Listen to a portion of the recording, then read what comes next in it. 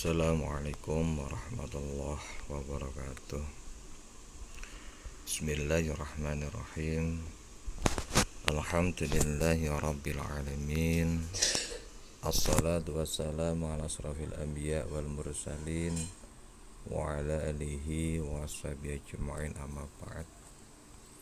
Anak-anak, pada hari ini kita akan membahas materi masalah sholat jamak. Mari kita cermati apa yang dimaksud menjamak sholat. Menjamak sholat adalah mengumpulkan pelaksanaan dua sholat fardu ke dalam salah satu dari dua waktu sholat tersebut, yaitu mengumpulkan dua waktu menjadi satu waktu. Itu yang dinamakan menjamak sholat atau menggabungkan.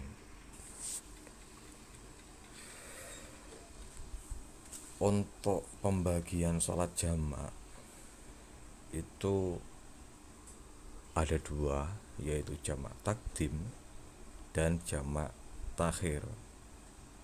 Yang dimaksud jamak takdim yaitu jika pelaksanaan dua sholat fardu itu di waktu sholat yang pertama. Kalau jamak takhir itu jika pelaksanaan dua sholat fardu dilaksanakan pada waktu sholat yang kedua. Itu pembagian sholat jamak dibagi menjadi dua, yaitu jamak takdim dan jamak takhir.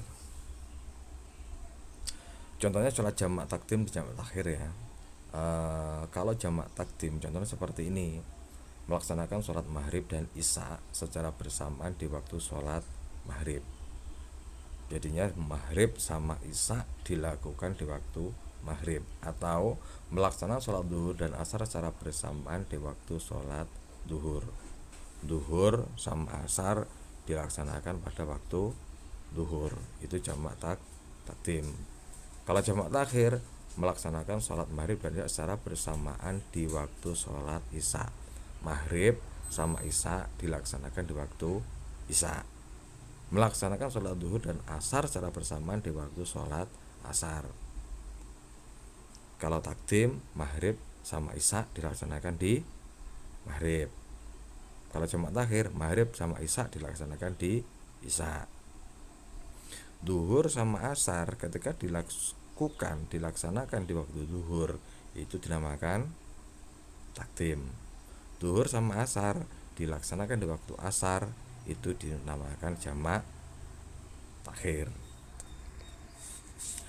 Terus kemudian dasar diperbolehkan jamak sholat itu sesuai dengan hadis Rasulullah sallallahu alaihi wasallam. An Anasin qala kana Rasulullah sallallahu alaihi wasallam idza rohala an tazigha syamsu akhara dhuhri ila waqtil asri summa nazala yajma'u bainahuma fa in zaghat qabla ayar tahila shalat dhuhra thumma raqiba. Artinya dari Anas ia berkata, Rasulullah apabila ia bepergian sebelum matahari tergelincir. Rasulullah sebelum matahari tergelincir. Masuk di sini matahari tergelincir itu masuk waktu sholat duhur. Waktu sholat duhur ketika dilihat dari matahari, ketika matahari sudah condong ke barat, terus kemudian bayang-bayang satu benda melebihi bendanya, sudah terbentuk bayangan. Semisal kita mendirikan satu benda, kalau bayangan benda itu sudah di sebelah timur, itu berarti menunjukkan masuknya waktu duhur. Itu berarti sudah tergelincir matahari ke barat. Maka ia mengakhirkan sholat duhur sampai waktu asar. Kemudian dia berhenti lalu menjamak antara dua sholat tersebut. Tetapi apabila matahari tergelincir sebelum beliau pergi, matahari sudah tergelincir, berarti sudah masuk waktu duhur, maka ia sholat duhur kemudian naik kendaraan, maksudnya sholat duhur sama asar jadi jamak. Itu seperti itu dasar diperbolehkannya menjamak sholat. Kemudian syarat sahnya sholat jamak itu satu, dalam perjalanan jauh yang jarak tempuhnya kurang lebih 17 km atau 3 farsah. Itu ada ya yang sebagian ulama berpendapat seperti itu. Terus kemudian sebagian ulama masyarakat mensyaratkan jarak tempuh sampai 80,6 km. Memang ada beberapa pendapat untuk kaitan dengan jarak tempuh. Selanjutnya, perjalanan itu tidak bertujuan untuk maksiat. Kalau perjalanan untuk maksiat, contoh kalian sudah besar, kalian menyenguk pacar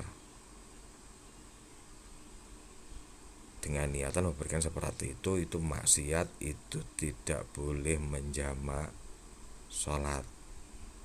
Ya, ingat-ingat perjalanan itu tidak bertujuan untuk maksiat.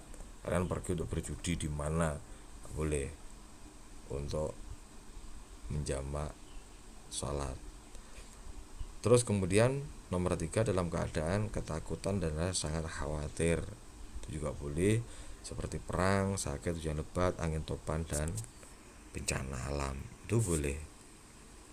Bahkan ada pendapat yang mengatakan ketika suatu saat dalam keadaan repot yang luar biasa yang tidak bisa ditinggalkan, maka itu ada yang membolehkan untuk menjamak